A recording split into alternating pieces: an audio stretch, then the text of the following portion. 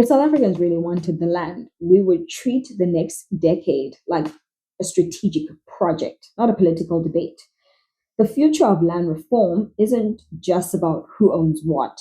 It's about whether the country can organize itself around long term goals instead of short term outrage. The legislation that decides who gets access to land, how that land is used, and how ownership is transferred will be rewritten several times over the next 10 years. The real question is who will be in the room when those drafts are written? Because if it's not citizens, if it's not the farmers, the youth groups, the rural communities, and the local entrepreneurs, then those laws will continue to reflect the priorities of whoever has the resources to stay close to the process. Every citizen has a role in that timeline, but most underestimate it. Your vote determines which people write the frameworks. Your voice, when organized with others, influences which amendments survive committee reviews. Your participation, sustained over years, becomes the reason certain bills make it to the floor at all.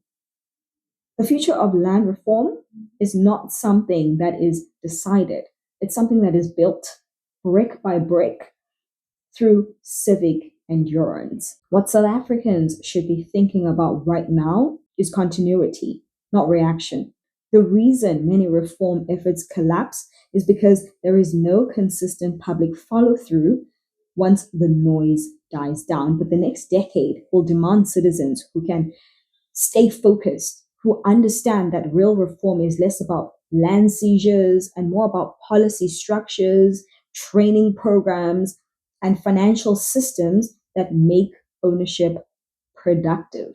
Education will play a critical role here, not just agricultural training, but civic education, how to read bills, how to challenge policies, how to hold your representatives accountable without resorting to protest alone. The most powerful shift that South Africa could make is cultural, moving from anger to authorship. Because if citizens start to see themselves as co authors of the nation's future, not just the spectators of its dysfunction, then land reform won't just be a political talking point. It'll become a working system that finally matches the country's ideals.